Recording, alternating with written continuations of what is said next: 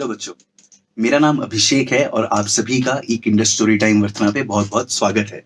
हमारे पिछले हफ्ते की कहानी थी मंजन करना मजेदार नहीं, जिसमें हमने सीखा कि कैसे छोटी-छोटी आदतों से हम सफाई रख सकते हैं।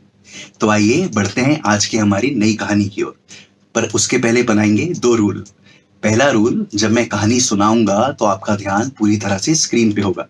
वो इसलिए कि आप कहानी को अच्छी तरह समझ सकें।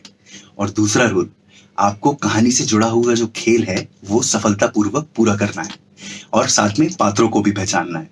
तो आइए बढ़ते हैं अपनी नई कहानी की ओर। बच्चों, आज की कहानी का शीर्षक है चुनू और मुनू भुट्टे स्वादिष्ट हैं। ये कहानी है चुनू और मुनू की, जो एक दिन रास्ते पे जा रही थी और मक्के के खेत में पहुंची। मक्के के खेत में उन्होंने देखा कि उनके पापा एक बड़े से मैदान में मक्के बो रहे हैं।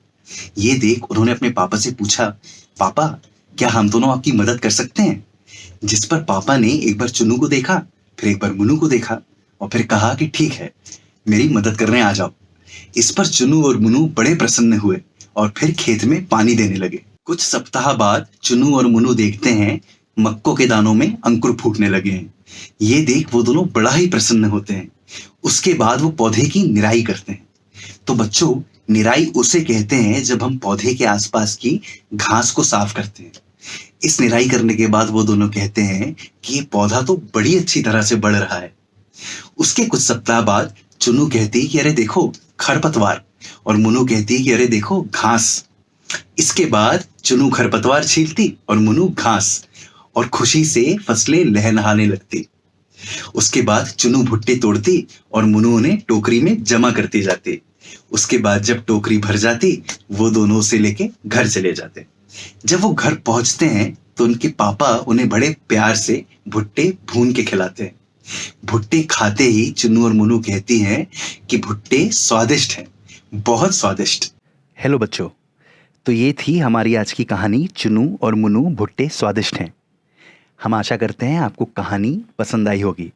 आइए अब बढ़ते हैं हमारी कहानी से जुड़े हुए खेल की ओर। हमारे खेल का पहला प्रश्न है, चुन्नू और मुन्नू कहाँ गए?